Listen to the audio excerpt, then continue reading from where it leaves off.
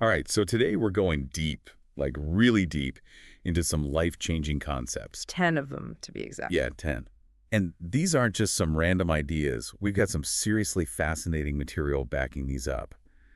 We're talking about stuff that could completely change how you view, well, everything, really. Work, finances, how you grow personally, even just your overall sense of well-being. That's the goal here, right? To Mhm. help people find those little shifts in perspective that lead to big positive changes in their lives. Absolutely.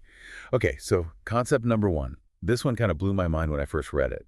It compares retirement planning to life insurance. Hmm. I know it sounds kind of strange, but stay with me here. Well, think about it. You get life insurance to protect your loved ones if something unexpected happens, right? Yeah, makes sense. Retirement planning is the same thing, just for your future self. It's about creating that safety net so you can enjoy life later on without constantly stressing about money. I've always thought of retirement as this far-off thing, but you're right, this comparison makes it feel much more urgent and real. Like, what can I do now to protect myself down the road? Exactly. And the sooner you start, the better. Even small, consistent contributions early on can make a huge difference thanks to the magic of compounding. Compounding, that's a whole other deep dive. But yeah, it's never too early to start building that financial security, which actually leads perfectly into our next concept. Mm. The fact that our interests and even our physical strength change over time. Ah, yes. The ever-evolving self. We often resist these changes, though, don't we? Clinging to what we loved in our younger years, even when it doesn't quite fit anymore. Totally. I used to be all about those high-intensity workouts, Hmm. you know, pushing myself to the limit. But these days, I find so much more peace and strength through yoga. Yeah, If I'd ignored that shift, I'd just be frustrated and probably injured. exactly. Recognizing these natural evolutions is key to staying engaged and fulfilled, both personally and professionally. So let's talk about applying that to a career. Say you realize your current path isn't doing it for you anymore. What's the next step? Self-reflection is key. You have to be brutally honest with yourself. What truly motivates you now? What are your strengths at this point in your life? Once you have a clearer picture of that, you can start exploring options that align with the new you. Maybe it's upskilling within your current field, branching out into a new role, or even, taking a leap and making a complete career change. All about embracing the change. I love it. Okay, concept number three. This one's close to my heart because, well, I used to be that person who thought being busy meant being productive. But this concept says that doing less doesn't mean being lazy. Ah, yes, the myth of busyness. We wear it like a badge of honor, but it's often a trap. This concept is all about working smarter, not harder. It's about being strategic with your time and energy. So it's more about quality over quantity. Exactly. It's about prioritizing those tasks that truly move the needle and ruthlessly eliminating or delegating the rest. Learn to say no to commitments that don't align with your goals. It's so easy to get caught up in that whirlwind of busyness, though. Do you have any practical tips on how to actually implement that? Well, a good starting point is to identify your most important tasks, the 20% that yield 80% of your results. Figure out which tasks you can delegate or completely eliminate, and then be protective of your time. So true. It's about being intentional with your energy. All right, moving on to concept number four. There's never a perfect time. Oof, this one can be paralyzing. I know I've definitely fallen victim to it. Oh, absolutely. We all do it. We wait for that magical alignment of the stars to launch that business, write that book, or even just ask someone out. But the truth is, that perfect moment rarely, if ever, arrives. Tell me about it. I waited years to start this podcast, convinced I needed more experience, more knowledge, a better microphone, you name it. Finally, I realized that the best way to gain experience is by actually doing the thing, not waiting for the perfect conditions. Exactly. There will always be reasons to delay, but taking action, even imperfectly, is usually the best way to move forward. Love that. So ditch the excuses and just go for it. All right, concept number five is a bit bolder and maybe a tad rebellious. Ask for forgiveness, not permission.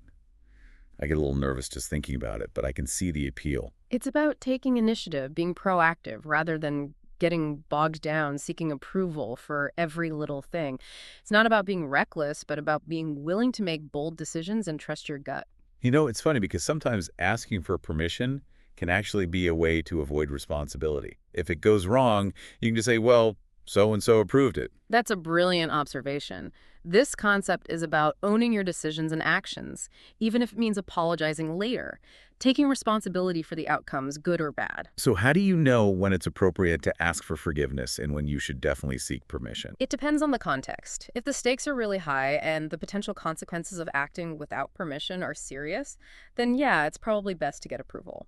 But if it's more about taking initiative on a project or trying a new approach, asking for forgiveness might be the more effective way to go. Makes sense. It's about weighing the risks and rewards and sometimes being a little brave. Okay, concept number 6. Highlight strengths, don't focus on weaknesses. This one feels intuitive, but I think we often fall into that trap of fixating on our flaws. Absolutely. Think of it this way. Imagine a beautiful, uncut diamond. Focusing on its imperfections won't make it shine any brighter. But if you cut and polish it, highlighting its inherent brilliance, that's when it truly sparkles. Similarly, nurturing your strengths is far more effective than dwelling on your weaknesses. That's a great analogy. It's about recognizing and celebrating what makes you uniquely you instead of trying to be good at everything. Exactly. Identify your core strengths and then find ways to apply them in your work, your relationships, everything you do. Let those strengths shine. I love that. And you know what? That leads beautifully into the next concept, which is all about finding that sweet spot. Too much of anything becomes its opposite. Ah, yes, the importance of balance. We live in a culture that often glorifies excess, but the truth is, whether it's work, leisure, or even something inherently good, too much of anything can tip the scales and become detrimental. It's like that old saying, right? You can have too much of a good thing. Even too much chocolate cake, as delicious as it is, can make you sick. Exactly. Overworking leads to burnout, excessive indulgence leads to stagnation, even too much positivity can be toxic. It's about finding that middle ground where you're challenged and engaged, but not overwhelmed. Moderation in all things, including moderation. Right. Okay, on to concept number 8, and this one is a biggie.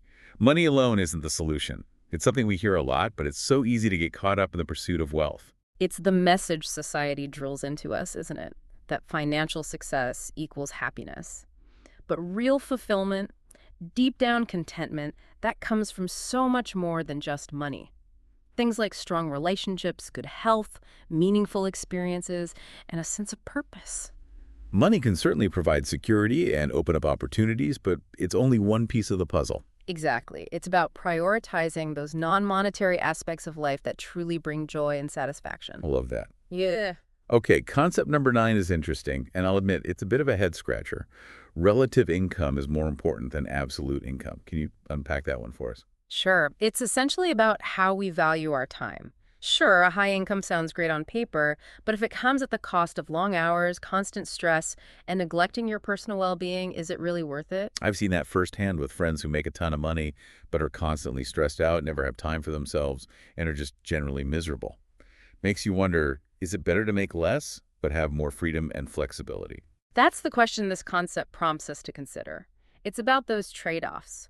Would you rather earn a high income but be tethered to your job, or have a moderate income with more control over your time and energy? It's a powerful question and one we all need to ask ourselves honestly.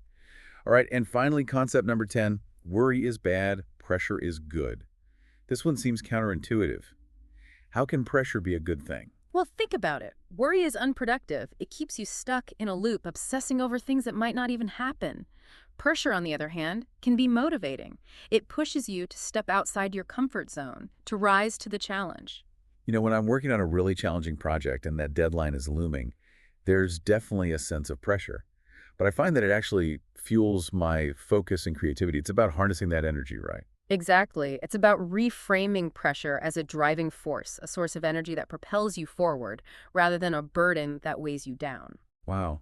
So 10 concepts, each one packed with so much wisdom and food for thought, from planning for the future to embracing our strengths, finding balance, and even reframing pressure. There's a lot here we can all apply to our lives. The key takeaway, I think, is that even small shifts in perspective can lead to big changes in how we live, work, and interact with the world around us. Absolutely. So as we wrap up, I want to leave you with this. Which of these concepts resonated most with you today? And even more importantly, what's one small step you can take right now to start incorporating it into your life? We hope this deep dive has provided you with some valuable insights and inspiration. Until next time, keep exploring, keep learning, and keep diving deep. Keep diving deep. That's it for today, folks. See you next time. Bye, everyone. So long.